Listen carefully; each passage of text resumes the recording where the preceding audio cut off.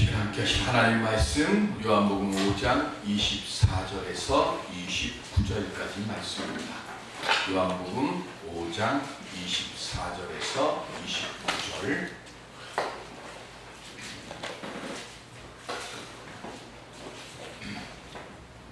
내가 진실로 진실로 너에게 이르노니 내 말을 듣고 또 나 보내신 이를 믿는 자는 영생을 얻었고 심판에 이르지 아니하나니 사망에서 생명으로 옮겼느니라. 진실로 진실로 너에게 이르노니 죽은 자들이 하나님의 아들의 음성을 들을 때가 오나니 곧 이때야 듣는 자는 살아나리라.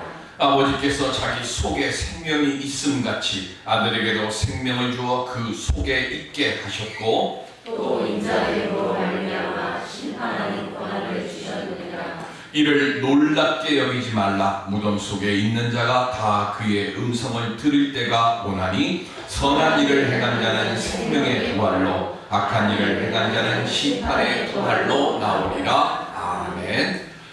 주님의 음성에 능력되는 믿음 갖는 우리들이 될 수 있기를 주님의 이름으로 축원드립니다. 미국 서부 개척 시대에는 많은 사람들이 주요 이동수단으로 연마차를 사용을 했습니다. 우리 그 서부 영화에 보면 연마차라고 하는 제목이 있을 만큼 연마차는 그 당시에는 일반적인 거였습니다. 그런데 이 연마차가 크기는 작아도 세 칸으로 구분을 해서 표를 파는데 1등석, 2등석, 3등석으로 해서 표를 팔았어요. 당시에는 도로 사정이 좋지 않아서 지금처럼 무슨 아스팔트가 있거나 이런 게 아니라 땅을 골라도 돌짝밭들이 많기 때문에 먼 길을 이동하다 보면 바퀴가 탈이 나거나 해서 연마차가 고장날 때가 많습니다. 그래서 고장이 나면 몇 번씩 정차를 해서 수리를 해야 하는데 이때에 이 티켓을 1등석, 2등석, 3등석으로 나눠서 판 이유가 이때 나타나요. 1등석 손님은 타고 가다가 고장이 나면 그냥 그 자리에 앉아 있어요. 그런데 2등석 손님은 가다가 고장이 나면 무조건 마차에서 내립니다. 근데 여기서 끝이에요.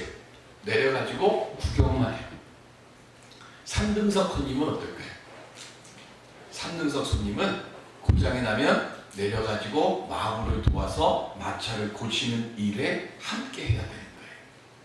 그러면 마구는 연마차를 탈 때 몰기 출발하기 전에 누구를 볼까요? 1등석, 2등석 손님은 마구의 눈에는 안 보여요. 누구만 봐야 돼요? 3등석 손님만 봐야 돼요. 왜? 가다가 보면 마차는 무조건 고장나게 돼 있어요. 그러니까 무조건 고장이 나면 그때 3등석 손님은 딱 봐놓고 3등석 손님에게 나를 도와서 빨리 마차 수리합시다라고 이야기를 해야 돼요. 그러니까 3등석 손님만 살펴보는 거예요. 우리가 인생을 살아갈 때 여러분들 다 1등석 칸에 타고 가는 인생 될 수 있기를 바랍니다. 그런데요, 믿음 생활에서는 1, 2등석 생활하면 안 돼요. 믿음 생활은 몇 등석 해야 된다고요? 3등석 해야 돼요. 왜? 교회는 구경하는 곳이 아닙니다. 교회는 신앙 가다가 보면 고장나고 깨지고 부서질 때 그 깨졌다, 고장났다, 부서졌다 말만 하는 사람은 교회는 별로 중요하지 않아요. 말 없이 손에 망치 들고 못 들고 나무 조각이 들고 내려서 뭐해요? 깨진데 부서진데 고장난데 고치는 일에 동참해야 되는 거예요. 그래서 세상을 살아갈 때는 1등석 사람이 삶을 살아갈 수 있게 해달라고 기도하지만 주님, 주의 몸된 교회 그리고 내 믿음 안에서는 주여 열심으로 일하는 3등석 교우 되게 하여 주셔서 내가 있는 이곳에서 일어나 내 손에 도구를 쥐고 고치고 더 튼튼한 교회를 만들어 갈 수 있는 믿음 갖는 제가 되게 해 주시옵소서. 오늘 이렇게 기도하고 이렇게 봉사하고 이렇게 섬길 수 있는 오늘 우리 모두가 될 수 있기를 주님의 이름으로 기원드립니다. 우리가 그렇게 믿음으로 섬기고 믿음으로 봉사할 때 그곳에 하나님의 특별하신 돌보심이 함께해 주실 줄로 믿습니다. 그럼 어떻게 하면 우리가 그런 믿음 얻는 우리가 될 수 있을까요? 요한복음 5장은 베데스다 연못에 38년 된 중풍병자를 고쳐주시는 예수님의 이야기로 시작이 됩니다. 38년 동안 그곳에 누워있는 그 사람에게 예수님께서 묻죠. 뭐라고 물으세요? 네가 아직도 낫기를 원하느냐라고 묻습니다. 그때 그 환자가 뭐라고 얘기를 해요? 예, 고쳐주세요라고 얘기 안 해요. 뭐라고 얘기합니까? 물이 진동할 때 아무도 나를 제일 먼저 저 베데스다 연못에 넣어주는 사람이 없습니다 라고 이야기를 합니다. 60만 병든 게 아니라 오래된 병상으로 인해서 영혼까지 병들었어요. 영혼이 병들면 주님이 네가 낫기를 원하느냐고 이야기할 때 주여 고쳐주옵소서라고 말하기에 앞서서 먼저 뭐부터 해요? 원망과 변명과 핑계를 대요. 우리가 신앙생활을 할 때 주님하고 찾기 전에 먼저 변명하고 불평하고 원망하면 내 영이 병들지 않았는가를 내가 먼저 돌이켜봐야 되는 거예요. 그런데 주님은 그를 긍휼히 여기고 불쌍히 여기셔서 뭐라고 그러셨어요? 일어나 내 자리를 들고 걸어가라 라고 말씀하십니다. 여기까지는 아무 문제가 없어요. 그런데 예수님이 고쳐주신 날이 문제예요. 언제 고쳐주셨어요? 안식일. 자리를 들고 간다는 얘기는요, 서기관들이나 율법학자들이 정해놓은 율법에 안식일법을 어기는 거예요. 그거는 노동이에요. 거룩한 안식일 날 노동하면 안 돼. 그래서 이거 들고 가면 안 되는 거예요. 그런데 이 베데스다 연못에 38년 된 중풍 환자는 예수님이 자리를 들고 일어나라, 걸어가라 그랬더니 그 말씀에 순종해서 자리 들고 떠난 거예요. 떠났는데 그거를 누가 봤어요? 바리새인이 봤어요. 그리고 안식일날 너 왜 그거 들고 움직이느냐라고 말을 합니다. 자, 38년 동안 꼼짝 못하고 누워있던 사람이 일어난 일이 신기하지 않아요? 놀랍지 않아요? 그러면 저 같으면 야, 너 38년 동안 누워있던 중풍병자 아니야? 너 어떻게 일어나? 이거를 물어볼 것 같은데 바리새인들이나 서기관들이나 율법학자들은 그거는 어디로 갔어요? 뭐만 눈에 보여요? 비난할 것만 눈에 보는 거예요. 주님이 아무리 은혜를 주셔도요, 영혼이 병들면 뭘 못 봐요? 은혜를 못 봐요. 그리고 뭐만 봐요? 핑계만 보고 불평하고 원망하고 따질 것만 보는 거예요. 내가 비난하고 비판을 할 말이 내 입술에 올라올 때마다 주여 은혜를 깨닫게 하여 주옵소서 그렇게 믿음으로 기도하고 불평과 비난과 원망을 내 입술과 내 마음에서 멀리할 수 있는 오늘 우리들이 될 수 있기를 바랍니다. 왜요? 그래야 은혜가 되게 내게 내려오기 때문에 그런 거예요.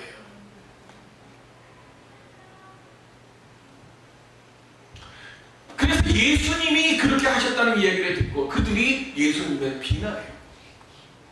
복음서 안에 있는 예수님의 말씀은 딱 두 가지입니다.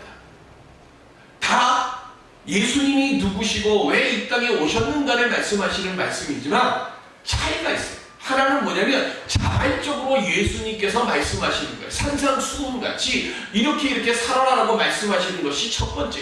두 번째는 뭐냐면 오늘 바리새인들이나 율법학자들이나 서기관들이나 사두개인들이나 이런 사람들이 예수님을 비난하고 예수님을 비평할 때 그때 그들에게 내가 누구인지를 알게 해주시기 위해서 그들의 질문과 비난에 대답하시기 위해서 말씀하신 것. 복음서는 딱 두 가지예요. 이 두 가지의 말씀 중에 오늘 본문의 말씀은 지금 무엇에 관한 말씀이에요? 예수님을 비난하는 것에 대해서 예수님이 그들에게 대답하시는 거예요. 그러시면서 뭐라고 말씀하시는 거예요? 내 권한이 무엇인가를 말씀하는 겁니다. 뭐라고 말씀을 하느냐? 5장 17절 시작. 예수께서 그들에게 이르시되 내 아버지께서 이제까지 일하시니 나도 일한다 하시네. 아멘. 왜 안식일날 노동하지 말라 그랬는데 왜 노동하냐? 왜 노동하도록 명령을 내리느냐라고 비난을 하니까 예수님께서 하시는 말씀이 뭐예요? 하나님이 안식일이라고 쉬시냐? 아니야, 하나님 안식일에도 일하셔. 그러니까 하나님이 안식일에도 일하시는 것처럼 나도 지금 안식일이지만 나도 하나님의 일하시니까 나도 일한다라고 지금 말씀하시는 거예요. 그러면서 오늘 본문 24절에 이렇게 말씀하시는 거예요. 내 말을 듣고 또 나 보내신 이를 믿는 자는 영생을 얻는다라고 말씀합니다. 우리하고요, 예수님하고 분명한 차이점이 있어요. 그게 뭐냐면 우리는 내 힘과 능력으로 뭘 하려고 해요. 하나님께 기도하고 내가 믿음이 있다고 얘기하면서도요, 내가 뭘 해보려고 해요. 그리고 내 힘으로 무언가를 자꾸 이루려고 해요. 왜요? 그 일을 이루고 난 뒤에 뭐예요? 내가 이렇게 했어라고 하는 말 한마디 하고 싶어서, 자랑하고 싶어서, 남들에게 인정받고 싶어서, 남들에게 칭찬 듣고 싶어서. 그런데 예수님은요, 한 번도 당신의 힘, 당신의 이름, 당신의 능력으로 하신 게 없다고 하셨어요. 다 뭐라고 하셨어요? 내게 능력 주시는 자 안에서 모든 것을 한다고 그러시는데, 이게 우리하고 예수님하고 차이예요. 우리는 내 힘으로 무언가를 자꾸 하려고 하다 보면 어려운 일을 만나요. 그러다 보면 어떻게 돼요? 내 힘으로 무언가 하려고 하다 보니까 주님을 의지하려고 하는 생각을 못해요. 그러다 보니까 되지를 않아요. 그러다가 생각나요. 아, 주님 의지하라고 그랬지. 그래가지고 마지못해 기도하니까 구해도 받지를 못해요. 그런데 예수님은 처음 시작할 때부터 뭐예요? 내 뜻, 내 생각, 내 이름, 내 말 한마디도 없어요. 다 뭐래? 나를 보내신 이의 말씀을 내가 전하고, 나를 보내신 이가 나를 통해서 행하고 너희들에게 보여주라고 하는 그것을 나는 뭐예요? 나를 통해서 보여주는 일만 한다라고 예수님이 말씀하시는 거예요. 왜 그럴까요? 예수님은 이 땅에 오실 때, 이 육신을 입고 이 땅에 오실 때 처음부터 모든 것을 하나님께 의지하고 하나님의 능으로 모든 것을 행할 수 있도록, 그렇게밖에 살 수 없도록 만들어져서 이 땅에 오셨어요. 왜요? 주님이 오신 이유는 십자가에서 우리를 위해서 대속의 죽음을 당하시기 위해서 이 땅에 오셨으니까. 그리고 뭐 하는 거예요? 예수를 믿고 예수를 따르는 사람들에게 예수 믿는 사람이 어떻게 살아야 하는가를 보여주셔야 하기 때문에, 예수님은 철저하게 처음부터 마지막까지 내 생각, 내 뜻이 아니라 다 주의 생각, 주의 뜻으로 내가 행하였다라고 말씀하시는 거예요. 이게 중요한 거예요. 예수님이 능력이 없어서 그러신 것이 아니라 오늘을 사는 우리들에게, 예수를 그리스도라고 믿고 고백하는 사람들에게 어떻게 해야 능력을 받고, 어떻게 해야 생명을 얻고, 어떻게 해야 내 시련과 시험과 고난과 고통에서 이길 수 있는지를 보여주셔야 하니까, 그것은 그 길은 오직 무엇밖에 없어요. 하나님의 뜻과 하나님의 말씀대로 사는 것 외에는 없으니까 예수님이 그것을 이 세상을 살면서 우리에게 보여주신 거예요. 요한 1서 4장 9절에 보면, 시작. 하나님의 사랑이 우리에게 이렇게 나타난 바 되었으니 하나님이 자기의 독생자를 세상에 보내심은 그로 말미암아 우리를 살리려 하심이라. 아멘. 예수님이 이 땅에 왜 오셨다고요? 예수님이 이 땅에 오신 이유가 여기 있어요. 우리를 살리려고 이 땅에 오신 거예요. 하나님의 사랑이 있잖아요. 그 사랑으로 뭘 하신 거예요? 사랑이 있어서 죽어가는 자를 못 구하잖아요. 그러니까 우리를 살리게 하시려고 예수님이, 하나님이 육신을 입고 이 땅에 오신 거예요. 우리를 살리려는 뜻으로 오신 예수님께서, 그래서 이 땅을 살아가면서 사는 자, 살리는 자가 되기 위해서 일을 행하시고 말씀을 우리에게 전하신 거예요. 가장 기본적인 것, 시작이 뭐라고요? 내 뜻이 아니라 주님의 뜻, 하나님의 뜻대로 사는 사람이 되는 것, 이게 사는 자가 되는 것이고, 이게 살리는 자가 된다는 것이에요. 예수님은 죄로 죽을 우리를 살리기 위해서, 그래서 지금도 일하시고 지금도 주님의 뜻을 우리에게 말씀하고 계십니다. 이것이 잘 나타나는 역사가 뭐예요? 38년 된 베데스다 연못의 중풍 병자를 고쳐주신 거예요. 38년 동안 중풍병 앓았습니다. 언제 지금 베데스다 연못에 이 환자가 왔는지는 몰라요. 근데 중요한 거 하나는 뭐예요? 그곳에 그는 버려진 거예요. 그가 지금 베데스다 연못에 와 있는 이유는 하나입니다.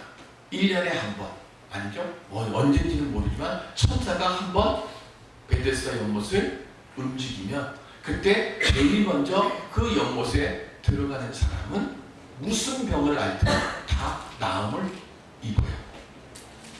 근데 이 사람은요, 지금 이 연못에 있기는 하지만 제일 먼저 연못이 움직인다고 해서 제일 먼저 들어갈 수 있어요, 없어요?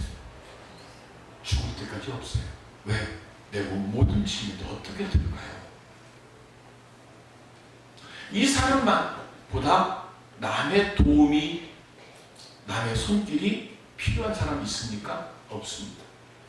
그런데 이 사람은 지금 혼자 버려져 있어요.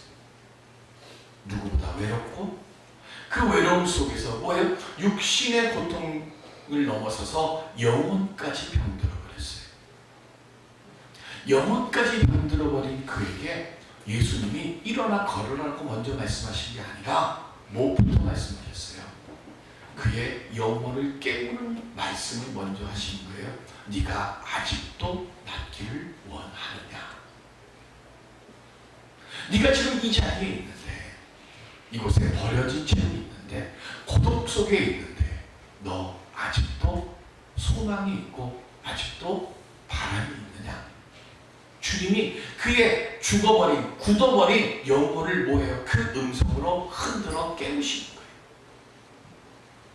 예수님은 연약함과 고통의 문제로부터 오늘 우리를 해결해 주시기 위해서, 우리를 구원해 주시기 위해서 지금도 일하시고 계심을 먼저 믿는 오늘 우리들이 되어야 우리의 육신의 삶이, 우리의 육신이 질병으로 고통당하고 죽어갈 것 같던 그 상황에서도 우리의 영혼이 병들지 않고 우리의 영혼이 살아있게 될 줄로 믿습니다. 영혼이 살아있으면요, 우리의 육신의 일은 한순간에 해결되어지고 한순간에 바뀌어지고 한순간에 변화되어질 줄로 믿습니다. 이게 믿음이에요. 그래서 우리는 영혼이 병들면 안 돼요. 영혼이 들어 누우면 안 돼요. 육신이 들어 누울 수 있어도 영혼이 살아있으면 주님의 말씀 그 은혜 안에서 하나님의 뜻대로 우리가 회복되고 일어나고 우리가 걸어가고 하나님을 찬양할 수 있는 사람들로 변화해지게 되어지는 거예요. 이 믿음 갖는 오늘 우리들이 될 수 있기를 바랍니다. 이게 중요해요. 마귀는요, 죽이고 멸망시키는 일을 해요. 그래서 어둠의 세력이 강한 곳에는 소망이 사라지고 절망과 고통만 가득해요. 비평과 비난과 원망의 소리만 가득해요.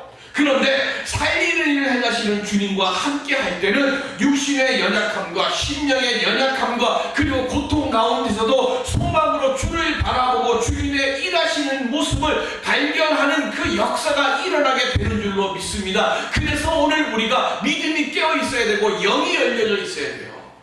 오늘 우리 만남의 교회가 이런 역사를 볼 수 있는, 주님이 역사하시는, 주님이 일하시는 교회가 될 수 있기를 주님의 이름으로 간절히 소망해 봅니다. 오늘 그런 자리에 우리가 함께 해야 돼요. 예수님께서 어릴 적 지내셨던 나사렛에서 한 6km쯤 떨어진 곳에 나인이라고 하는 마을이 있어요. 나인이라고 하는 말의 뜻은 아름답다, 사랑스럽다는 뜻이에요. 그러니까 나인성 하면 뭐예요? 아름다운 성. 근데 이름처럼 이 나인성은 작지만 참 예뻐요. 근데 그곳에 과부가 외아들과 함께 살아가고 있습니다. 엄마의 모든 희망이고 소망이에요. 아무리 힘들어도 그 아들 보고 뭐해요? 힘없고 용기 얻고 살아갈 꿈을 키웠습니다. 그런데 어느 날 이 외아들이 갑자기 시름시름 앓기 시작합니다. 그러다가 그만 죽었어요. 세상이 무너졌죠. 동네 사람들이 이 과부를 위로해주고 대신 전통에 따라서 대신 장례를 치러줍니다. 이 외아들에게 흰 옷을 입히고 상여에 관에 넣고 상여를 우리처럼 상여 메고 나갑니다. 상여를 메고 나인성 바깥으로 나갑니다. 그런데 나인성 바깥으로 이 상여, 죽음의 행렬이 나가는데 저 반대편에서요, 예수님과 12사도가 반대로 나인성 안으로 들어와요. 나인성 밖으로 나가는 이 행렬은 무슨 행렬이에요? 죽음의 행렬이에요. 그럼 예수님이 들어오는 행렬은요? 삶의 행렬이죠. 사는 소망의 행렬이에요. 지금 죽음의 행렬과 사는 소망의 행렬이 오다가 어디서 만났어요? 나인성 입구에서 만났어요. 그 나인성 입구에서 만났을 때 예수님께서 누가복음 7장 13절 시작. 주께서 과부를 보시고 불쌍히 여기사 울지 말라 하시고 아멘. 죽음의 행렬이 쭉 나오는데 삶의 행렬하고 딱 맞부딪혀요. 근데 그 죽음의 행렬이 삶의 행렬을 딱 만났을 때 예수님께서 성 안으로 들어가시는 그 순간 무슨 역사가 일어났어요? 울지 마라. 슬피 우는 과부에게 예수님께서 먼저 울지 말라라고 말씀해요. 똑같아요. 베데스다 연못에 있었던 38년 된 환자에게 네가 아직도 낫기를 원하느냐라고 하면서 뭘 했어요? 굳어버린 심령을 움직인 것처럼 아들이 죽었어요. 내 인생의 모든 꿈이자 시작이자 처음이자 마지막인 아들이 죽었어요. 모든 게 다 끝났어요. 영혼이 죽었어요. 육신은 살아있는데 지금 영이 죽었어요. 영이 죽은 그 어미에게 예수님이 말씀하세요. 울지 마라고 말씀하는 거예요. 영 죽어있으면 안 돼. 그 영혼이 굳어있으면 안 돼. 그래서 뭐 하시는 거예요? 예수님의 말씀 한마디로 굳어버린 영을 어떻게 합니까? 부드럽게 만들어요. 죽어버린 영에게 어떻게 해요? 이 삶의 빛을 주시는 거예요. 그래서 뭘 하는 거예요? 삶의 영이 회복돼요. 영의 소망이 일어나요. 그리고 난 뒤에 예수님은 어떻게 했어요? 14절 시작. 가까이 가서 그 관에 손을 대시니 맹자들이 서는지라. 예수께서 이르시되 청년아 내가 내게 말하노니 일어나라 하시매 아멘. 울지 마라 했을 때요 상여가 멈춘 거 아니에요. 언제 멈췄어요? 예수님이 관에 손을 대시니 멈추더라고 했어요. 주님의 손길이 닿는 곳엔 죽음의 행렬이 멈추는 역사가 일어납니다. 근데 우리가 알아야 될 것은요, 죽음의 행렬만 멈추면 안 돼요. 죽음의 행렬은 더 많은 죽음을 부르기 위해서 멈출 때가 있어요. 죽음의 행렬을 멈추는 것이 중요한 것이 아니라 일어나라 하는 음성을 듣는 것이 더 중요한 거예요. 울지 마라. 어미의 마음에, 죽어있는 그 마음에 영에 솟아날 수 있는 빛을 주시고, 그리고 죽어 누워있는 아들에게 말씀하십니다. 죽음의 행렬을 멈추게 하신 뒤에 일어나라 그랬어요. 그랬더니 그 아들이 어떻게 했어요? 자리에서 일어나서 말도 하고, 그죠? 그리고 어미에게 갑니다. 육신을 입고 삶의 여정을 하다 보면 때로는 육신이 고장나고 낙심해서 영이 고장날 때도 있습니다. 그때 자리에 앉은 채로 불평만 하고 원망만 하는 사람이 되지 마십시오. 소의 기도의 망치와 찬송의 못과 말씀의 나무를 들고 일어나서 고장난 마차를 고치는 3등석 승객처럼 내 육신 고치고 교회의 부서진 곳을 고치는 심령들이 되는 오늘 우리들이 될 수 있기를 바랍니다. 한번 마음의 눈을 들어서 한번 보세요.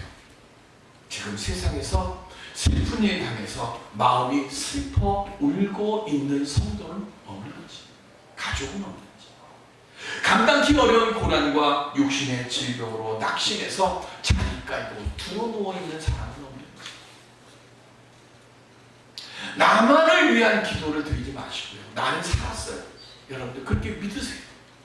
예수 안에 있으니까 나는 사는 거예요. 그런데 누군가는 죽어 두어누워 있는 신령은 없는지, 주여 그를 볼 수 있는 눈을 주여 저에게 허락하여 주옵소서. 그리고 보는 데만 멈추면 안 돼요. 울지 말아라라고 하는 예수님의 음성이 그 심령에게 들릴 수 있게 해달라고 구하는 오늘 우리들이 될 수 있기를 바랍니다. 그때에 그렇게 한 마음으로 아프고 낙심하고 연약한 자녀 구할 때 그때 주님께서 오늘 그렇게 기도드리는 우리에게 생명의 부활로 그렇게 생명 부활을 얻는 선한 자로 생명의 부활로 일어서는 하나님의 기뻐하는 자로 오늘 우리들을 그렇게 고쳐주시고 오늘 우리들을 인도해 주실 줄로 믿습니다. 내가 부족한 것 있어요. 내가 연약한 것 있어요. 그런데 예수 안에 있는 자는 그것 보면 안 돼요. 그거 먼저 보지 마시고요. 주님의 음성 들려지게 하는 것을 먼저 보세요. 주님의 음성이 들려질 때